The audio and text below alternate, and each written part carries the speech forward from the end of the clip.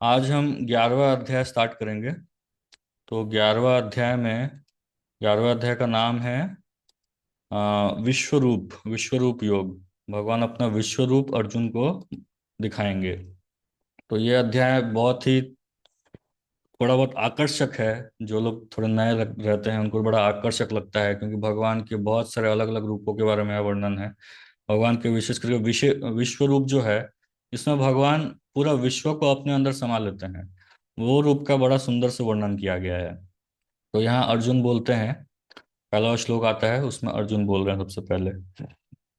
अर्जुन उवाच मद अनुग्रहाय परमं गुह्यम अध्यात्म संगीतम यत्त्वयोक्तं वचस्तेन मोहोऽयं विगतो मम। अभी अर्जुन भगवान को आ, बोलेंगे कि आप अपना विश्व रूप दिखाइए। धीरे धीरे भगवान को बोलेंगे आप अपना विश्व रूप दिखाइए। तो अर्जुन पहले श्लोक में बोलते हैं, आपने जिन अत्यंत गुह्य आत्म आध्यात्मिक विषयों का मुझे उपदेश दिया है, उसे सुनकर अब मेरा मोह दूर हो गया है। अर्जुन बोल रहे हैं कि आपने जो भी जितने भी आध्यात्मिक विषय का ज्ञान मुझे दिया है, वो सुन करके मेरा सारा मोह दूर हो गया है। तो इसका अर्थ क्या है, प्रभुपाद जी बताएंगे। तात्पर्य ध्यान से सुनिए।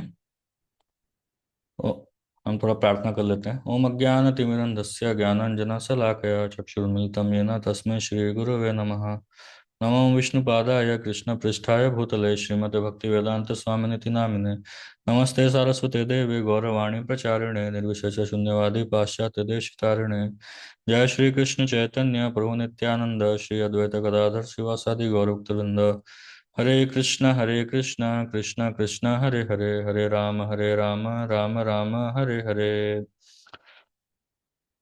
तो अनुवाद बताते हैं प्रभुपाद जी। अर्जुन बोल रहे हैं कि जो भी आपने आध्यात्मिक ज्ञान दिया है, उससे मेरा मोह पूरा दूर हो गया है। तात्पर्य श्रील प्रभुपाद जी के द्वारा। इस अध्याय में कृष्ण को समस्त कारणों के कारण के रूप में दिखाया गया है। यहाँ तक कि वे उन महाविष्णु के भी कारण स्वरूप हैं जिनसे भौतिक ब्रह्मांडों का उद्भव होता है। कृष्ण अवतार नहीं हैं, वे समस्त अवतारों के उद्गम हैं। इसकी पूर्ण व्याख्या पिछले अध्याय में की गई है। पिछले अध्याय में भगवान बोलते हैं कि सभी कारणों का कारण मैं हूँ, एक एक चीज बताते हैं भगवान। और इस अध्याय में दिखाएंगे कि कैसे कृष्ण से विश्व रूप आया है, कैसे कृष्ण से ही चतुर्भुज विष्णु रूप आया हुआ है। यहाँ हम देखते हैं, यहाँ पे उदाहरण दिखता है, लेकिन ऐसा कोई उदाहरण हमने देखने को नहीं मिलता है कि विष्णु से कृष्ण आए हों या विष्णु ने कृष्ण का रूप लिया हो। ऐसा कोई लीला हमें देखने को मिलता मिलता नहीं है। लेकिन यहाँ भगवान क्लियरली दिखाते हैं कि भगवान से ही विश्व रूप आया हुआ है, और भगवान से ही चतुर्भुज विष्णु का भी रूप आया हुआ है। आगे चल के दिखाएंगे भगवान। अब जहां तक अर्जुन की बात है, उसका कहना है कि उसका मोह दूर हो गया। इसका अर्थ यह हुआ कि वह कृष्ण को अपना मित्र स्वरूप सामान्य मनुष्य नहीं मानता, अपितु उन्हें प्रत्येक वस्तु का कारण मानता है। अर्जुन अत्यधिक प्रबुद्ध हो चुका है, और उसे प्रसन्नता है कि उसे कृष्ण जैसा मित्र मिला है। किंतु अब वह यह सोचता है कि भले ही वह कृष्ण को हर एक वस्तु का कारण मान ले, किंतु दूसरे लोग नहीं मानेंगे। अतः इस अध्याय में वह सबों के लिए कृष्ण की अलौकिकता स्थापित करने के लिए कृष्ण से प्रार्थना करता है कि वे अपना विराट रूप दिखलाएं। वस्तुतः जब कोई अर्जुन की ही तरह कृष्ण के विराट रूप का दर्शन करता है, तो वह डर जाता है। किंतु कृष्ण इतने दयालु हैं कि इस स्वरूप को दिखाने के तुरंत बाद वे अपना मूल रूप धारण कर लेते हैं। अर्जुन कृष्ण के इस कथन को बार बार स्वीकार करता है कि वे उसके लाभ के लिए ही सब कुछ बता रहे हैं। अतः अर्जुन इसे स्वीकार करता है कि यह सब कृष्ण की कृपा से घटित हो रहा है। अब उसे पूरा विश्वास हो चुका है कि कृष्ण समस्त कारणों के कारण हैं, और परमात्मा के रूप में प्रत्येक जीव के हृदय में विद्यमान हैं।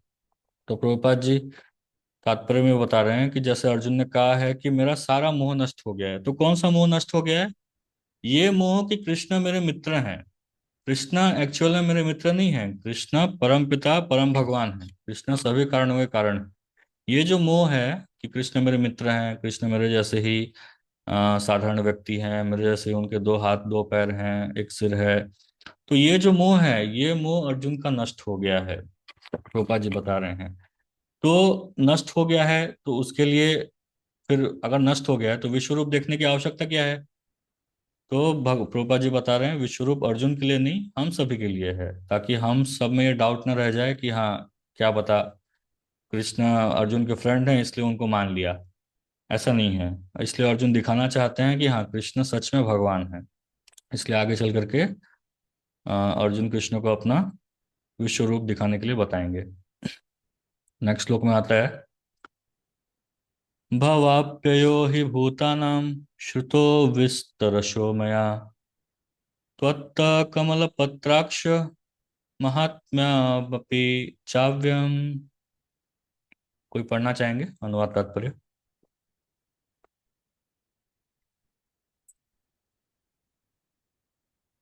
हरे कृष्णा प्रभु जी। यस प्रभु जी, पढ़िए। आ, हे कमल नयन, मैंने आपसे प्रत्येक जीव की उत्पत्ति तथा लय के विषय में विस्तार से सुना है और आपकी अक्षय महिमा का अनुभव किया है। पढ़िए तात्पर्य बस श्रील प्रभुपाद। आ, अर्जुन यहाँ पर प्रसन्नता के मारे कृष्ण को कमल नयन, कृष्ण के नेत्र कमल के फूल की पंखड़ियों जैसे दिखते हैं, कहकर संबोधित करता है, क्योंकि उन्होंने किसी पिछले अध्याय में उसे विश्वास दिलाया है कि अहम अहम कृष्णस्य जगत प्रभव प्रलयस तथा मैं इस संपूर्ण भौतिक जगत की उत्पत्ति तथा प्रलय का कारण हूँ। अर्जुन इसके विषय में भगवान से विस्तार पूर्वक सुन चुका है। अर्जुन को यह भी ज्ञात है कि समस्त उत्पत्ति तथा प्रलय के कारण होने के अतिरिक्त वे इन सब से पृथक असंगत असंग रहते हैं। जैसा कि भगवान ने 9वें अध्याय में कहा है कि वे सर्वव्यापी हैं, तो भी वे सर्वत्र स्वयं उपस्थित नहीं रहते। यही कृष्ण का अचिंत्य ऐश्वर्य है, जिसे अर्जुन स्वीकार करता है कि उसने भली भांति समझ लिया है। तो यहाँ प्रभुपाद जी बता रहे हैं कि भगवान की ये विभूति के बारे में बता रहे हैं कि भगवान किस प्रकार हर जगह होकर के भी वहां पर नहीं है। जैसे सूर्य रहता है, सूर्य की किरणें हर जगह हैं, तो हम कह सकते हैं कि सूर्य हर जगह है। जैसे सूर्य की किरणें इस रूम में आ गई, तो हम कह सकते हैं कि सूर्य आ गए हैं, लेकिन क्या सूर्य है यहाँ पे? नहीं है। तो उसी प्रकार भगवान हर जगह हैं, भगवान अपनी शक्तियों से हर जगह हैं, लेकिन फिर भी भगवान एक तरह से उनमें लिप्त नहीं है। उन सब में भले ही भगवान हर जगह हैं, लेकिन फिर भी भगवान दिखाई नहीं देते हैं। जैसे भगवान 8वें अध्याय में बोलते हैं कि सूत्रे मणि गणा एवा। जैसे एक मोतियों का हार होता है, मोतियों का माला होता है, तो उनका जो सूत्रधार है वो धागा होता है जो दिखता नहीं है। उसी प्रकार भगवान वो धागे के समान है। भले ही सारा दुनिया एक सिस्टम से चल रहा है, लेकिन उस सिस्टम को चलाने वाले एक इनविजिबल जो अदृश्य धागा है, वो स्वयं भगवान कृष्ण है। वो इस पूरी पूरी दुनिया को भगवान उस धागे के समान चला रहे हैं। तो ये भगवान का अचिंत्य ऐश्वर्य है। भले ही हर जगह दिखाई नहीं देते हैं, लेकिन हर जगह भगवान अवेलेबल है, हर जगह प्रस्तुत है भगवान। फिर तीसरा श्लोक अर्जुन पूछते हैं, अर्जुन बोलते हैं, एवं एतद्यथा तत्त्वम् आत्मानं परमेश्वर द्रष्टुमिच्छामि ते रूपम् ऐश्वरं पुरुषोत्तम। तो अनुवाद इस प्रकार है, हे पुरुषोत्तम, हे परमेश्वर, यद्यपि आपको मैं अपने समक्ष आपके द्वारा वर्णित आपके वास्तविक रूप में देख रहा हूं, किंतु मैं यह देखने का इच्छुक हूं कि आप इस दृश्य जगत में किस प्रकार प्रविष्ट हुए हैं। मैं आपके उसी रूप का दर्शन करना चाहता हूँ। तो यहाँ पे अर्जुन अभी डायरेक्टली भगवान को बोल रहे हैं कि आप मुझे अपना विश्व रूप दिखाइए। तो और कोई पढ़ना चाहेंगे तात्पर्य? हरे कृष्णा। प्रभु जी मैं पढ़ूं? हाँ, पढ़िए। हरे कृष्णा, श्रील प्रभुपाद की जय। भगवान ने यह कहा कि उन्होंने अपने साक्षात स्वरूप में ब्रह्मांड के भीतर प्रवेश किया है। फलतः यह दृश्य जगत संभव हो सका है और चल रहा है। जहाँ तक अर्जुन का संबंध है, वह कृष्ण के कथनों में प्रोत्साहित है, किंतु भविष्य में उन लोगों को विश्वास दिलाने के लिए जो कृष्ण को सामान्य पुरुष सोच सकते हैं, अर्जुन चाहता है कि वह भगवान को उनके विराट रूप में देखे, जिससे वे ब्रह्मांड के भीतर से काम करते हैं। यद्यपि यह इससे पृथक है। अर्जुन द्वारा भगवान के लिए पुरुषोत्तम संबोधन भी महत्वपूर्ण है। चूंकि वे भगवान हैं, इसलिए वे स्वयं अर्जुन के भीतर भी उपस्थित हैं। और नीचे चाहिए, स्लाइड नीचे।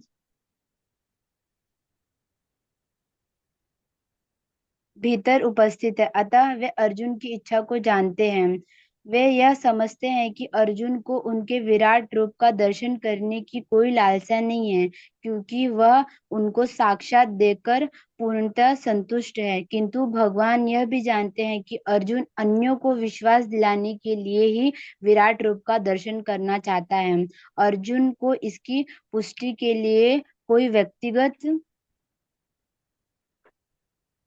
इच्छा न थी कि कृष्ण यह भी जानते हैं कि अर्जुन विराट रूप का दर्शन एक आदर्श स्थापित करने के लिए करना चाहता है, क्योंकि भविष्य में ऐसे अनेक धूर्त होंगे जो अपने आप को ईश्वर का अवतार बताएंगे। अतः लोगों को सावधान रहना होगा। जो कोई अपने को कृष्ण कहेगा, उसे अपने दावे की पुष्टि के लिए विराट रूप दिखाने के लिए संदिग्ध रहना होगा। तो यहाँ ये प्रभुपाद जी का एक बहुत फेवरेट स्टेटमेंट था। कोई भी ऐसा, अभी भी आज के टाइम में भी हम देखते हैं कि बहुत सारे ऐसे लोग हैं जो अपने आप को स्वयं भगवान बताते हैं। तो प्रभुपाद जी का बस यही एक आर्गुमेंट था कि अगर आप भगवान हैं तो आप अपना विश्व रूप दिखाइए। अगर आप अपना विश्व रूप नहीं दिखा सकते तो आप क्लेम नहीं कर सकते कि आप भगवान हैं, क्योंकि अर्जुन ने भगवान को बोला कि आप अपना विश्व रूप दिखाइए और भगवान ने तुरंत अपना विश्व रूप दिखाया था।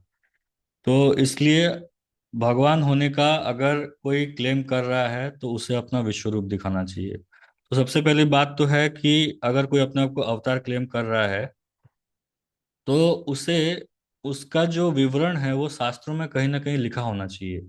अगर शास्त्रों में लिखा नहीं है, क्योंकि शास्त्रों में लिखा गया है कि भगवान कब कब आएंगे, किस समय में भगवान अवतार लेते हैं, किस रूप में लेते हैं, शास्त्रों में सब चीज का वर्णन दिया गया है।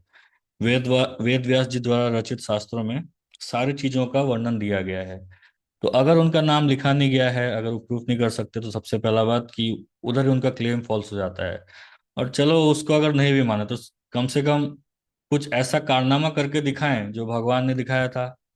भगवान ने 7 साल की आयु में अपने बाएं हाथ से गोवर्धन पर्वत को उठा लिया था, है ना, 7 दिन 7 रात तक उठाया था। तो ऐसा कोई व्यक्ति है जो क्लेम कर सकता है कि मैं 7 मिनट तक या 7 घंटे तक, 7 घंटे या 7 मिनट तक एक एक मोबाइल को उठा के रख सकता हूँ अपने हाथ में? उतना भी नहीं कर सकते हैं। तो कैसे वो क्लेम कर सकते हैं कि वो भगवान है? भगवान ऐसा कर सकते हैं कि भगवान राम की जो सेना थी, भगवान राम की जो सेना थी वो जीरो मेंटेनेंस वाली सेना थी। आज के टाइम में हम देखते हैं कि जो भी सेना होती है, तो सेना के पीछे देश का सबसे ज्यादा बजट चला जाता है, सबसे ज्यादा जो फाइनेंस है वो सेना के पीछे ही चला जाता है। लेकिन भगवान ने एक ऐसा सेना का निर्माण किया था जिसमें कोई मेंटेनेंस की आवश्यकता थी ही नहीं, जीरो मेंटेनेंस। यहाँ तक कि कुछ कपड़ा वपड़ा का भी जरूरत नहीं था, कपड़े भी नहीं पहनते थे। तो जीरो मेंटेनेंस, एक पैसे का खर्चा नहीं था, ना खाने का खर्चा, ना क्या बोलते हैं उसको, ना अस्त्र शस्त्र का खर्चा, ना कपड़ों का खर्चा, कुछ खर्चा नहीं। ऐसा करके भगवान ने सबसे हाईटेक वाले जो सेना था उसको हरा दिया। जिनके पास कुछ नहीं था उन्होंने जो सबसे हाईटेक सेना था उसको भगवान ने हरा दिया। तो ऐसा कुछ कारनामा कर सकते हैं? ऐसा कुछ कारनामा अगर कर नहीं सकते हैं तो वो अगर क्लेम कर रहे हो भगवान ने, मतलब वो एक नंबर के पाखंडी हैं। लोगों को ये शिक्षा देना बहुत आवश्यक है। ऐसे आजकल लोग अंधविश्वास में किसी को भी भगवान मानना शुरू कर देते हैं। तो उनको ये, हमें खुद को ये शिक्षा होनी चाहिए कि भगवान कौन हो सकते हैं। उसके बाद लोगों को भी शिक्षित करना चाहिए कि ऐसे किसी के प्रति भी मूर्ख की तरह उसके पीछे नहीं भागना चाहिए। इसलिए विशेष करके अर्जुन भगवान को बोल रहे हैं कि आप अपना विश्व रूप दिखाइए, ताकि आगे चल करके कोई ये बिना मतलब का क्लेम ना करे कि हाँ मैं भगवान हूँ। अगर आप भगवान हैं तो अपना विश्व रूप दिखाइए। तो ये प्रभुपाद जी का एक तर्क है। आगे चल आगे बढ़ते हैं चौथे श्लोक में। मन्यसे यदि तच्छक्यम मया दृष्टोमिति प्रभो योगेश्वर ततो मे त्वं दर्शयात्मानमव्ययम्। अर्जुन बोल रहे हैं, हे प्रभु, हे योगेश्वर, यदि आप सोचते हैं कि मैं आपके विश्व रूप को देखने में समर्थ हो सकता हूं, तो कृपा करके मुझे अपना असीम विश्व रूप दिखलाइए। तो अर्जुन फिर से भगवान से प्रार्थना कर रहे हैं। देखिए, प्रार्थना कर रहे हैं अर्जुन, यहाँ पे भगवान से प्रार्थना कर रहे हैं। ऐसा नहीं कि कई लोग होते हैं आजकल बोलते हैं भगवान है तो मुझे दिखने चाहिए, भगवान है तो दिखाओ मुझे। ऐसा चैलेंजिंग क्लेम में हम भगवान को नहीं देख सकते हैं। भगवान को देखना है तो प्रार्थना के माध्यम से ही देखा जा सकता है। भगवान कृपा करेंगे तभी जाकर के हम भगवान को देख सकते हैं। भगवान किसी के नौकर नहीं है जो हमारे बोलने से वो हमारे सामने आ जाएंगे। अगर प्रार्थना करेंगे, भगवान अगर हमारे ऊपर कृपा करेंगे तभी हमें भगवान दिख सकते हैं। तो तात्पर्य और कोई पढ़ना चाहेंगे? हरे कृष्णा। कोई है या सब सो गए हैं? हरे कृष्णा, तात्पर्य कोई पढ़ना चाहे? हाँ, हरे कृष्णा। मैं मैं पढ़ूं? हरे कृष्णा प्रभु। हाँ हाँ, पढ़िए पढ़िए पढ़ूँ करूँ? एक पढ़िए। मिनट, एक मिनट। हरे कृष्णा, मैं पढ़ रहा हूँ। हाँ, पढ़िए पढ़िए। ऐसा कहा जाता है कि भौतिक युक्तियों द्वारा न तो परमेश्वर कृष्ण को कोई देख सकता है, न सुन सकता है, न अनुभव कर सकता है। किंतु यदि कोई प्रारंभ से भगवान की दिव्य प्रेम भक्ति में लगा रहे तो भगवान का साक्षात करने में समर्थ हो सकता है। प्रत्येक जीव आध्यात्मिक स्फुलिंग मात्र है, अतः परमेश्वर को जान पाना या देख पाना संभव है। भक्त रूप में अर्जुन को अपनी चिंतन शक्ति पर भरोसा नहीं। वह जीवात्मा होने के कारण अपनी सीमाओं को और कृष्ण की अकल्पनीय स्थितियों को स्वीकार कर अर्जुन समझ चुका था कि एक क्षुद्र जीव के लिए सिर्फ अनंत को समझ पाना संभव नहीं है। यदि अनंत स्वयं प्रकट हो जाए तो अनंत की कृपा से ही उनकी प्रकृति को समझा जा सकता है। यहाँ पे योगेश्वर शब्द भी अत्यंत सार्थक है, क्योंकि भगवान के पास अचिंत्य शक्ति है। यदि वह चाहे तो असीम होकर भी अपने आप को प्रकट कर सकता है। अतः अर्जुन कृष्ण की अकल्पनीय कृपा की याचना करता है। वह कृष्ण को आदेश नहीं देता जब तक कोई उसकी शरण नहीं जाता और भक्ति नहीं करता कृष्ण को अपने प्रकट करने के लिए बाध्य। अतः जिन्होंने अपनी चिंतन शक्ति मनोधर्म का भरोसा है वो कृष्ण का दर्शन नहीं कर पाते। यहाँ देखिए, यहाँ रूपा जी बोल रहे हैं जो अपने चिंतन शक्ति, अपने मनोधर्म पर बहुत भरोसा करते हैं वो कृष्ण का दर्शन नहीं कर पाते हैं। केवल भगवान को भगवान की कृपा से ही देखा जा सकता है। भगवान को देखने का और कोई माध्यम नहीं है। अगर हम भगवान को संतुष्ट करते हैं, अपनी भक्ति से संतुष्ट करते हैं, केवल तभी जा करके भगवान को देख पाना संभव है। दूसरा कोई तरीका नहीं है। भगवान को देखने का और कोई तरीका नहीं है। तो अभी अम, अर्जुन ने अपना रिक्वेस्ट प्लेस कर दिया, अपना जो अर्जी है वो भगवान के सामने डाल दिया है। अभी भगवान की बारी है कि किस प्रकार अर्जुन को अपना विश्व रूप दिखाएं। तो भगवान बोलते हैं अभी, श्री भगवान उवाच पश्य मे पार्थ रूपाणि सतः सोऽथ सहस्रश नाना विधानि दिव्यानि नाना वर्णाकृतानि च। भगवान बोलते हैं, हे अर्जुन, हे पार्थ, अब तुम मेरे ऐश्वर्य को सैकड़ों हजारों प्रकार के दैवी तथा विविध रंगों वाले रूपों को देखो। भगवान बोलते हैं कि आप अभी मेरे विश्व रूप को देखिए। तात्पर्य, अर्जुन कृष्ण के विश्व रूप का दर्शन अभिलाषी था, जो दिव्य होकर भी दृश्य जगत को लाभार्थ प्रकट होता है। फलतः वह प्रकृति के अस्थायी काल द्वारा प्रभावित है। जिस प्रकार प्रकृति या माया प्रकट अप्रकट है, उसी तरह कृष्ण का यह विश्व रूप भी प्रकट तथा अप्रकट होता है। यह कृष्ण के अन्य रूपों की भांति वैकुंठ में नित्य नहीं रहता। जहां तक भक्त की बात है, वह विश्व रूप देखने के लिए तनिक भी इच्छुक नहीं रहता। लेकिन चूंकि अर्जुन कृष्ण को इस रूप में देखना चाहता था, अतः वह यह रूप प्रकट करते हैं। सामान्य व्यक्ति इस रूप को नहीं देख सकता। श्री कृष्ण द्वारा शक्ति प्रदान किए जाने पर ही इसके दर्शन हो सकते हैं। तो यहाँ एक विशेष बात प्रभुपाद जी बता रहे हैं कि भगवान, हालांकि भगवान का सारा स्वरूप, सारा रूप स्थायी होता है, लेकिन ये जो पर्टिकुलर रूप है भगवान का, जो विश्व रूप है, वो स्थायी नहीं है, वो टेम्पररी है। वो हमेशा के लिए नहीं रहता। जैसे जैसे ये भौतिक जगत प्रकट होता है, तो भौतिक जगत के साथ ही वो विश्वरूप आता है, और भौतिक जगत के समाप्त होने के साथ ही विश्वरूप समाप्त हो जाता है। तो ये अस्थाई काल के लिए रहता है, भगवान का ये जो रूप है ये अस्थाई काल के लिए रहता है। ये काल के लिए नहीं रहता है। इसका कोई एक अलग से प्लानेट नहीं है। जैसे हर भगवान के हर रूप का, जैसे नरसिंह अवतार हो गए, राम अवतार हो गए, नारायण अवतार हो गए, या फिर पद्मनाभ अवतार हो गए, ऐसे भगवान के अलग अलग अवतारों के अलग अलग ग्रह हैं, अलग अलग प्लैनेट्स हैं उनके। वहां पे भगवान के भक्त उनकी उपासना करते हैं। लेकिन विश्वरूप का कोई अलग प्लैनेट नहीं है, विश्वरूप का कोई भक्त नहीं है। विश्वरूप का भक्त मतलब माया का भक्त हो गया एक तरह से। तो विश्वरूप के कोई ऐसे भक्त नहीं है। भगवान के जो प्रेममयी संबंध वाले रूप हैं, केवल उनके ही स्थायी प्लैनेट रहते हैं। ये भौतिक जगत के साथ साथ इसका ये प्रकट होता है, उसके साथ ही ये अप्रकट हो जाता है। फिर नेक्स्ट भगवान बोलते हैं, पश्चादित्यान् वशुन् रुद्रान् अश्विनो मरुतस्तथा बहूनि अदृष्टपूर्वाणि पश्चाचर्याणि भारत। भगवान बोल रहे हैं, हे भारत, लो, तुम आदित्यों, वसुओं, रुद्रों, अश्विनी कुमारों तथा अन्य देवताओं के विभिन्न रूपों को यहाँ देखो। तुम ऐसे अनेक आश्चर्यमय रूपों को देखो जिन्हें पहले किसी ने ना तो कभी देखा है और ना सुना है। तात्पर्य, यद्यपि अर्जुन कृष्ण का अंतरंग सखा तथा अत्यंत विद्वान था, तो भी वह उनके विषय में सब कुछ नहीं जानता था। यहाँ पर यह कहा गया है कि इन समस्त रूपों को ना तो मनुष्य ने इसके पूर्व देखा है ना सुना है।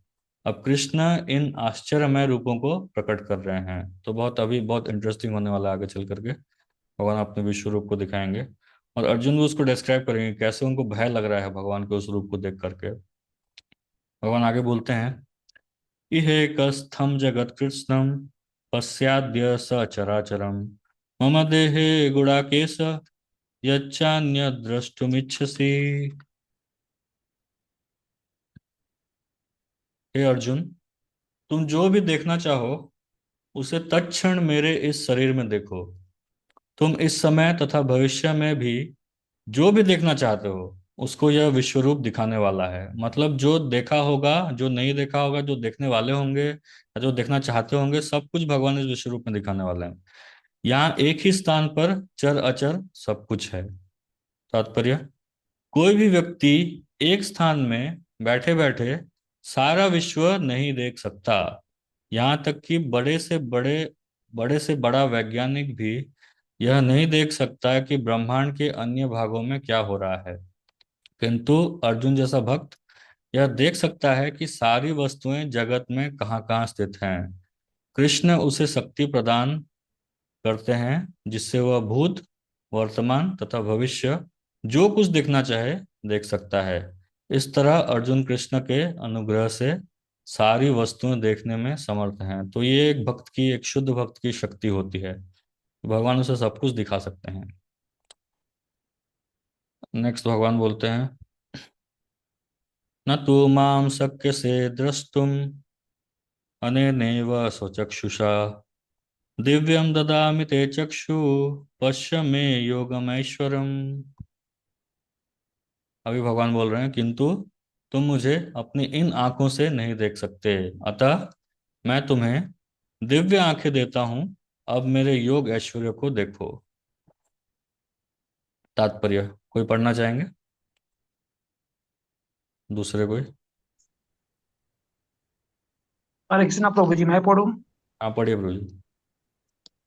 हाँ, तात्पर्य प्रभुपाद जरा। शुद्ध भक्तों, कृष्ण को अनेक दो भुजों रूप में के अतिरिक्त अन्य किसी भी रूप में देखने की इच्छा नहीं करते हैं। भक्तों का भगवत कृपा से ही उनके विराट रूप का दर्शन दिव्य चक्षु व नेत्रों से करना होता है, ना कि मन से। कृष्ण को विराट रूप का दर्शन करने के लिए अर्जुन से कहा जाता है, वो अपने मन को नहीं अपितु दृष्टि को बदले। कृष्ण का ये विराट रूप कोई महत्वपूर्ण नहीं है, ये बात ये श्लोक से पता चल जाएगा। फिर भी चूंकि अर्जुन इस आगे नहीं दिख रहा है प्रभु जी, भगवान ने उसे नीचे, भगवान ने उसे इस विराट रूप को देखने के लिए विशिष्ट दृष्टि प्रदान की। जो भक्त कृष्ण के साथ दिव्य संबंध से बंधे हैं, वो उनके ऐश्वर्य विहीन प्रदर्शनों से नहीं अपितु उनको प्रेममय स्वरूपों से आकृष्ट होते हैं। कृष्ण के बाल संगी, कृष्ण के सखा तथा कृष्ण के माता पिता ये को भी नहीं चाहते हैं कि कृष्ण उन्हें अपने ऐश्वर्य का प्रदान कराए। वे तो शुद्ध प्रेम में इतने निमग्न रहते कि उन्हें पता ही नहीं चलता है कि कृष्ण भगवान है। ये प्रेम के आदान प्रदान में इतने विभोर रहे थे कि भूल जाते आगे प्रभु, भूल जाते हैं कि आगे आगे नहीं दिख रहा प्रभु जी, भूल जाते हैं कि श्री हरे कृष्ण कृष्ण प्रभु आगे नहीं दिख रहा। हाँ, श्री कृष्ण भूल परमेश्वर जाते है। हैं कि श्रीमद् भागवत में कहा गया है कि कृष्ण के साथ, नहीं पता। पढ़िए पढ़िए, श्री कृष्ण के साथ खेलने वाले बालक अत्यंत पवित्र आत्मा है और कृष्ण के साथ इस प्रकार खेलने का अवसर उन्हें अनेक अनेक जन्मों के बाद प्राप्त हुआ है। आगे बढ़िए।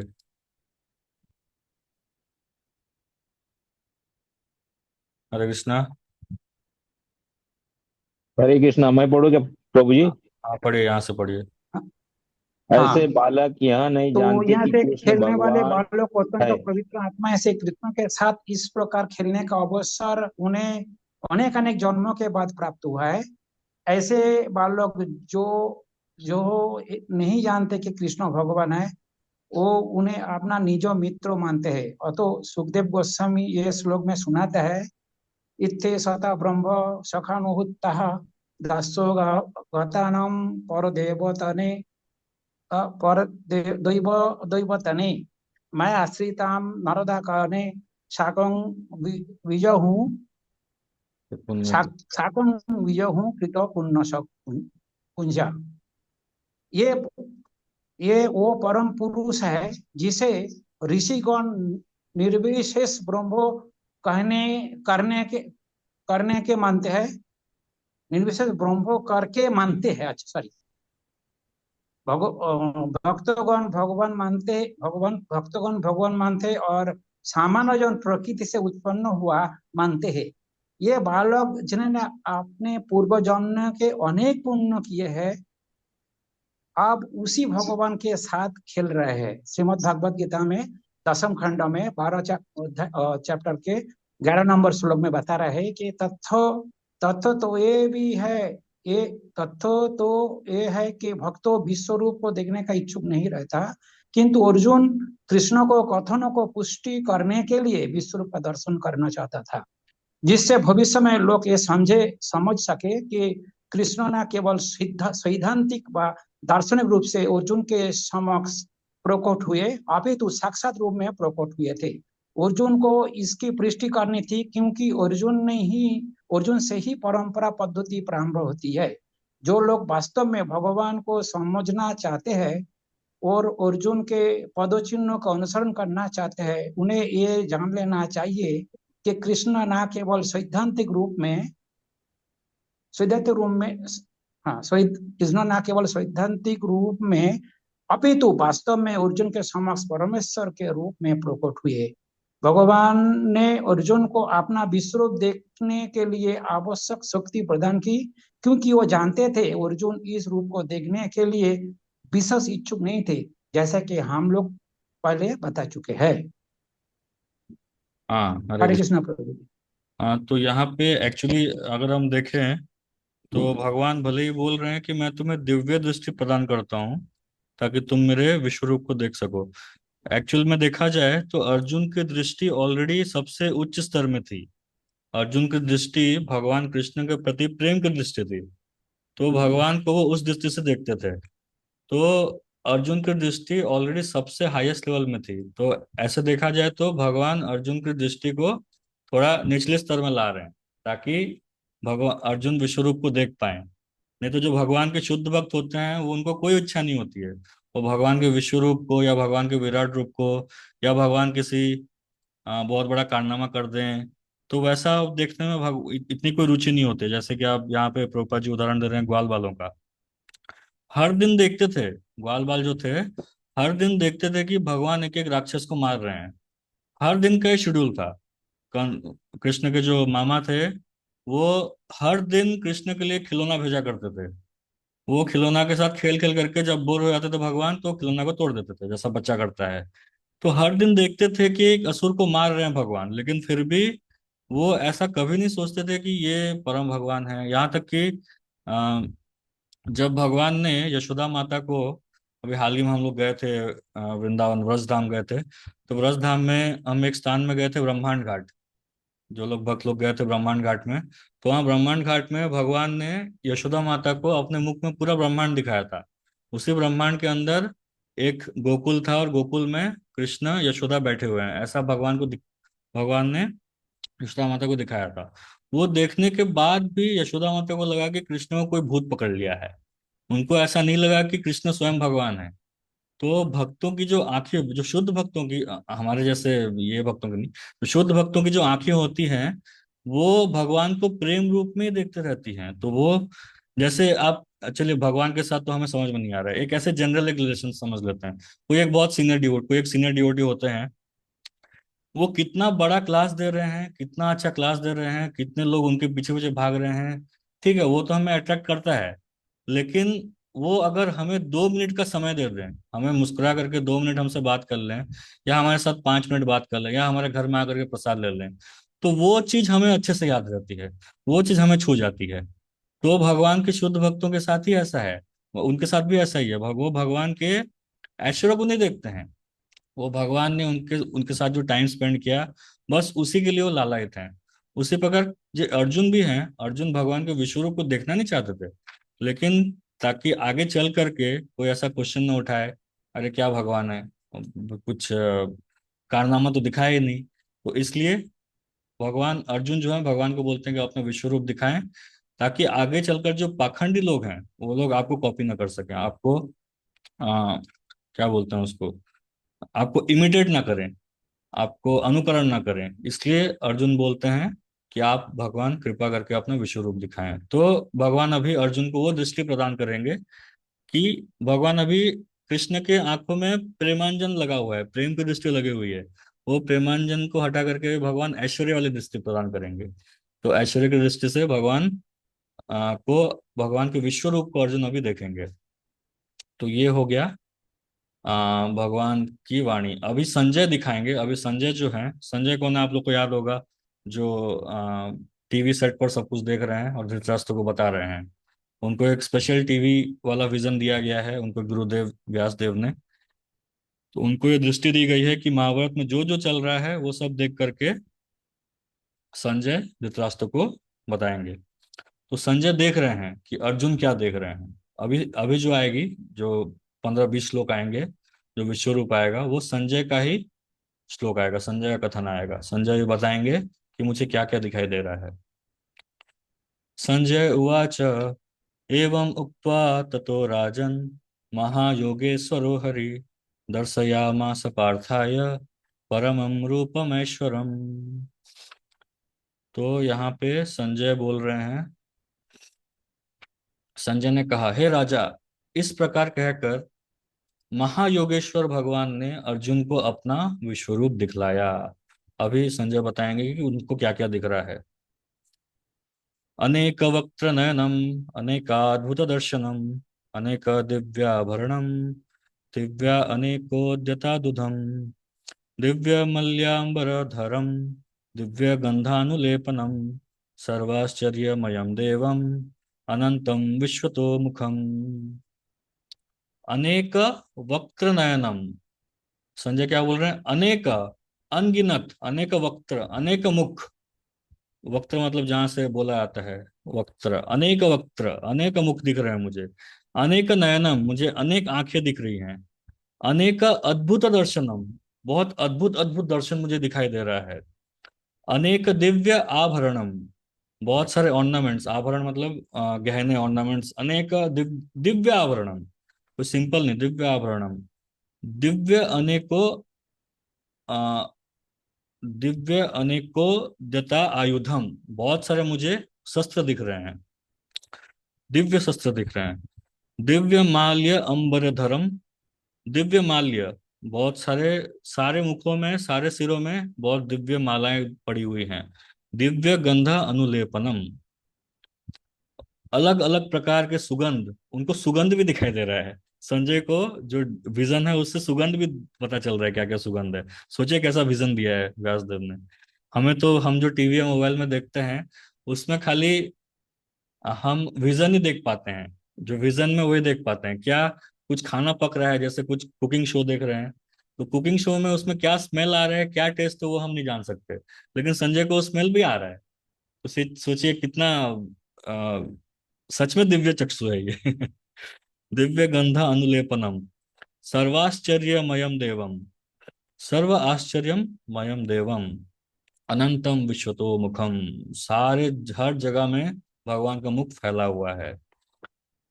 तो अर्जुन क्या देख रहे हैं, अर्जुन ने उस विश्व रूप में असंख्य मुख, असंख्य नेत्र तथा असंख्य आश्चर्यमय दृश्य देखे।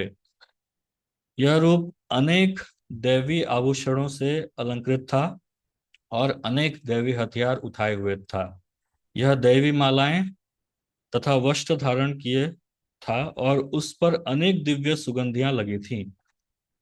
सब कुछ आश्चर्यमय था, तेजमय, असीम तथा सर्वत्र व्याप्त था। तात्पर्य, इन दोनों श्लोकों में अनेक शब्द का बारंबार प्रयोग हुआ है, जो यह सूचित करता है कि अर्जुन जिस रूप को देख रहा था उसके हाथों, मुखों, पांवों की कोई सीमा नहीं थी। ये रूप सारे ब्रह्मांड में फैले हुए थे, किंतु भगवत कृपा से अर्जुन उन्हें एक स्थान पर बैठे बैठे देख रहे थे। यह सब कृष्ण की अचिंत्य शक्ति के कारण था। तो भगवान की अचिंत्य शक्ति के कारण भक्त एक जगह पर बैठे बैठे भगवान के विश्व रूप को, ब्रह्मांड में अलग अलग जगह क्या क्या है सब कुछ देख पा रहे थे। फिर आगे, दिवि सूर्य सहस्रास्य भवेद युगपद उत्थिता, यदि भासदृशी सा स्यात् भासास्तस्य महात्मना। तो यहाँ एक उपमा देंगे, संजय को उपमा दे रहे हैं। यदि आकाश में हजारों सूर्य एक साथ उदय हों तो उनका प्रकाश शायद परम पुरुष के इस विश्वरूप के तेज की समता कर सके। तो प्रभुपाद बताते हैं, अर्जुन ने जो कुछ देखा वह अकथ्य था, उसको बोला नहीं जा सकता है। तो भी संजय धृतराष्ट्र को उस महान दर्शन का मानसिक चित्र उपस्थित करने का प्रयत्न कर रहा है। ना तो संजय वहां था, ना धृतराष्ट्र, किंतु व्यासदेव के अनुग्रह से संजय सारी घटनाओं को देख सकता था। अतएव इस स्थिति की तुलना वह एक काल्पनिक घटना, मतलब हजार सूर्य जो संजय सोच सकते थे, से कर रहा है, जिससे इसे समझा जा सके। तो कितना रोशनी था उसको समझाने के लिए एक उपमा दे रहे हैं संजय, कि एक जगह अगर हजार सूर्य आ जाएं तो जितनी रोशनी होगी उतनी रोशनी उस जगह पे आ गई थी। फिर आगे, तत्रैकस्थं जगत्कृत्स्नं प्रविभक्तम् अनेकधा, अपश्यद्देव देवस्य शरीरे पांडवस्तदा। कोई पढ़ना चाहेंगे अनुवाद तात्पर्य?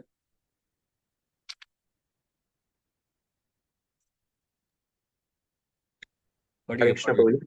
हाँ पढ़िए प्रभु जी। हाँ, उस समय अर्जुन भगवान के विश्व रूप में एक ही स्थान पर स्थित हजारों भागों में विभक्त ब्रह्मांड के अनंत अंशों को देख सका। तात्पर्य भाई श्रील प्रभुपाद, तत्र वहां शब्द अत्यंत महत्वपूर्ण है। इससे सूचित होता है कि जब अर्जुन ने विश्व रूप देखा, उस समय अर्जुन तथा कृष्ण दोनों ही रथ पर बैठे थे। युद्ध भूमि में अन्य लोग इस रूप को नहीं देख सके, क्योंकि कृष्ण ने केवल अर्जुन को दृष्टि प्रदान की थी। वह कृष्ण के शरीर में हजारों लोग देख सका। जैसा कि वैदिक शास्त्रों से पता चलता है, कि ब्रह्मांड अनेक है और लोक भी अनेक हैं। इसमें से कुछ मिट्टी के बने हैं, कुछ सोने के, कुछ रत्नों के, कुछ बहुत बड़े हैं तो कुछ बहुत बड़े नहीं हैं। अपने रथ पर बैठकर अर्जुन ने इन सबों को अपने रथ पर बैठकर अर्जुन इन सबों को देख सकता था, किंतु कोई यह नहीं जान पाया कि अर्जुन तथा कृष्ण के बीच में क्या चल रहा था। तो ये विशेष है, वहाँ इतना कुछ चल रहा है लेकिन फिर भी पूरा युद्ध भूमि में किसी को पता नहीं चल रहा है कि क्या हो रहा है। इतना सब कुछ चलने के बाद भी किसी को पता नहीं चल रहा है। उसी प्रकार जैसे भगवान अम, दुर्योधन के सामने गए थे, तो दुर्योधन ने जब पकड़ने का प्रयास किया था भगवान को, तो उस समय भगवान ने विश्व रूप दिखाया था दुर्योधन को, लेकिन हर कोई नहीं देख सका था। केवल कुछ कुछ लोग ही देख पाए थे उस विश्व रूप को। लेकिन वो छोटा था, वो विश्व रूप इतना कोई बड़ा नहीं था, वो एक छोटा सा एक्सपांसन था। ये जो है ये भगवान पूरा ब्रह्मांड दिखा रहे हैं। इसमें बताया जा रहा है ना कि ब्रह्मांड में अनेक सारे, बहुत सारे प्लैनेट्स हैं, बहुत सारे लोग हैं। वो सबको अर्जुन देख पा रहे थे। ऐसा नहीं कि जैसे यहाँ पे बैठे बैठे हमें एक तारा दिख रहा है कि जैसे इवनिंग स्टार है मार्स, मंगल हमको शाम में दिखाई, एक तारा की तरह दिखाई दे रहा है। सुबह हमको विनस, सुबह हमको बुध दिखाई दे रहा है। तो वो एक तारा के समान दिखाई दे रहा है। लेकिन उस तारा, उस ग्रह के अंदर क्या क्या चल रहा है वो सब कुछ अर्जुन देख पा रहे हैं। तो ऐसा नहीं कि बस वो तारे आकर के सामने दिख रहे हैं, वो ग्रह के अंदर कौन है, वहाँ क्या एक्टिविटी चल रहा है, सब कुछ अर्जुन देख पा रहे हैं वहां पे। तो ये भगवान की महानता है। भगवान जो भक्त होता है, भक्त को कैसे भगवान महान बनाते हैं, यहाँ पे भगवान उसका प्रदर्शन कर रहे हैं। कैसे अर्जुन को सब कुछ दिख रहा है, लेकिन बड़े बड़े योद्धा थे, यहाँ तक कि अर्जुन से भी ज्यादा पराक्रमी योद्धा थे। भीष्म, द्रोण, कृपा, ये सब अर्जुन से ज्यादा शक्तिशाली थे, उनसे ज्यादा प्रखर थे, लेकिन फिर भी उनके सामने भगवान नहीं दिख रहे थे। भगवान केवल अर्जुन के सामने ही दिख रहे थे। तो भगवान ये सारा, ये सब कुछ चल रहा है, लेकिन वहां युद्ध भूमि में कोई कुछ नहीं दिख पा रहा था। फिर आगे आ, भगवान और आगे संजय बोलते हैं, ततः स विस्मयाविष्टो हृष्टरोमा धनंजय प्रणम्य शिरसा देवं कृतांजलिरभासत। तब मोहग्रस्त एवं आश्चर्यचकित, रोमांचित हुए अर्जुन ने प्रणाम करने के लिए मस्तक झुकाया, और वह हाथ जोड़कर भगवान से प्रार्थना करने लगा। तो ऐसा कोई दृश्य आ जाए तो हमारे पास और क्या उपाय बचता है प्रार्थना करना छोड़ करके। तो अर्जुन उसी मुद्रा में आ जाते हैं और भगवान के सामने प्रार्थना करते हैं। तो तात्पर्य कोई पढ़ना चाहेंगे?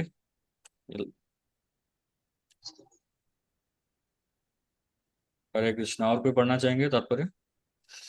मैं पढ़ू प्रभु? हरे कृष्ण। हाँ बढ़िया, निशांत जी बढ़िया। मैं गीता माता जी।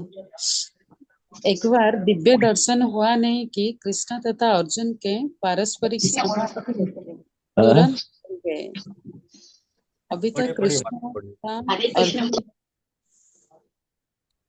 अभी तक कृष्ण तथा अर्जुन में मैत्री संबंध था, किंतु दर्शन होते ही अर्जुन अत्यंत आदर पूर्वक प्रणाम कर रहा है और हाथ जोड़कर कृष्ण से प्रार्थना कर रहा है।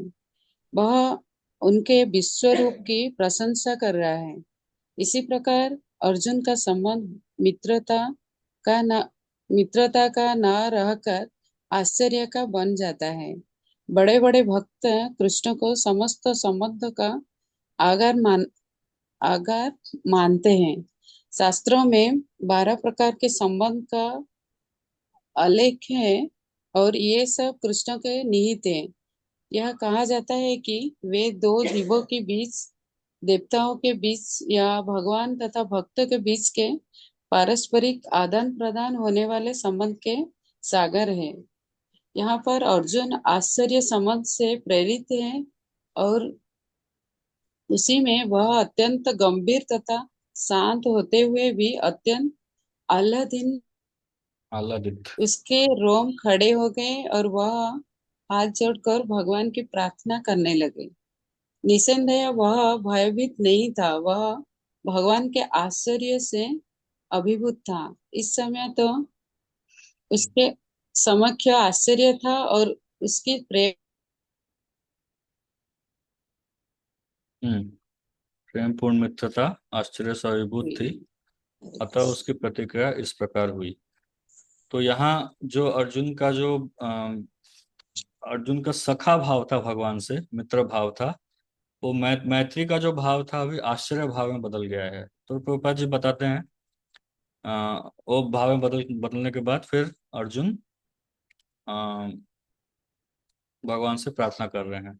तो यहाँ पे प्रभुपाद जी बताते हैं कि शास्त्रों में 12 अलग अलग क्या कहते हैं उसको,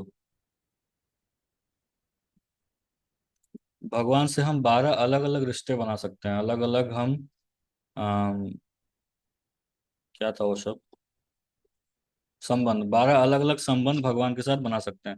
मतलब किसी व्यक्ति के साथ 12 अलग अलग प्रकार के संबंध बना जा सकते हैं, लेकिन भगवान एक ऐसे व्यक्ति हैं जिनमें वो सारे 12 संबंध एग्जिस्ट करते हैं। तो ये 12 संबंध में से 5 मुख्य हैं और 7 गौण हैं, 7 सेकेंडरी, 5 प्राइमरी हैं, 7 सेकेंडरी हैं। तो आप लोगों को 5 तो प्राइमरी पता होगा, शांत, दास्य, साख्य, वात्सल्य और माधुर्य।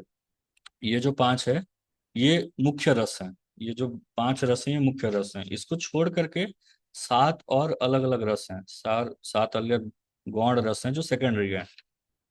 तो ये जो आश्चर्य रस है, जो अर्जुन आश्चर्यचकित हो जाते हैं, ये गौण रस में आता है, सेकेंडरी रस में आता है।